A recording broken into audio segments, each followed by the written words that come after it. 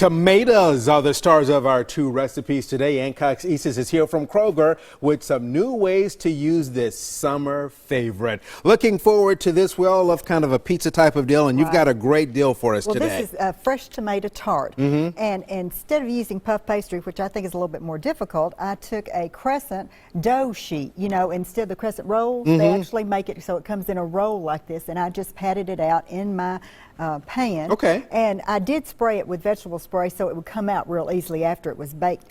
So this is my dough, and if you want to sprinkle Swiss cheese. Now Swiss cheese, okay. Right, on the, it's 1.5 cups, and you just sprinkle it out over there. Now the tart that I made for the demonstration over there has already got fresh. The whole bag or just? Whole bag, whole bag. Oh, okay. It's 1.5 cups. All righty. I grated some Gruyere cheese. So it's just a little bit strong. Yeah, it's just a little bit stronger Swiss cheese, or you could use mozzarella if you want to.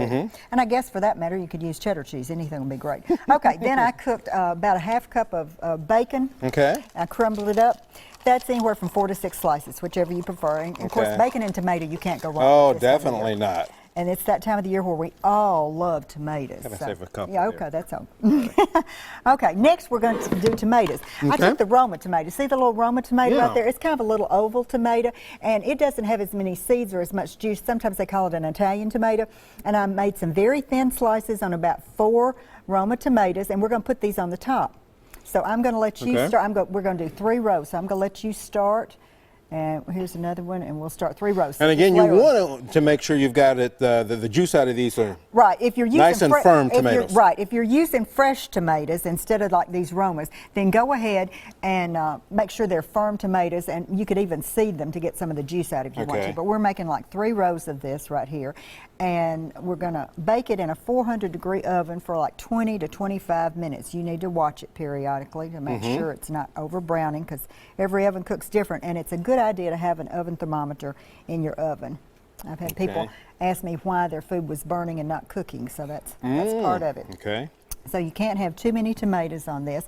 And then I've got some fresh basil leaves that I chopped up, shredded. If you want to sprinkle those on top. Okay.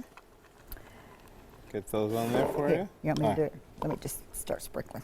There we go, like this. All right. Okay. And then you sprinkle the salt and pepper on top.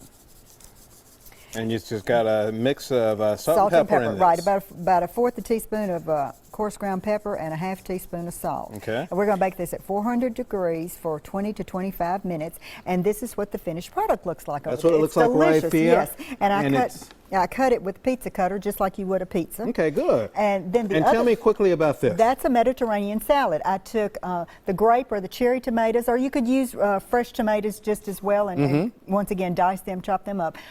Red or sweet white onion, basil, and then fresh mozzarella. If you had the mozzarella pearls or the mozzarella cut in like 1/2-inch pieces, and then Kalamata olives. And when I went to buy the Kalamata olives this time, I found that they have them already in pieces, which saves a little time as far as cutting them off the seed or cutting them in half. So that's easy. Mediterranean salad, it's very fresh. Both these recipes are something different with the fresh tomatoes, which are now in season. Love it. Thank you so much as always. You will find these recipes online at newschannel5.com in the Talk of the Town section. Again, thank you for being with us today. My pleasure.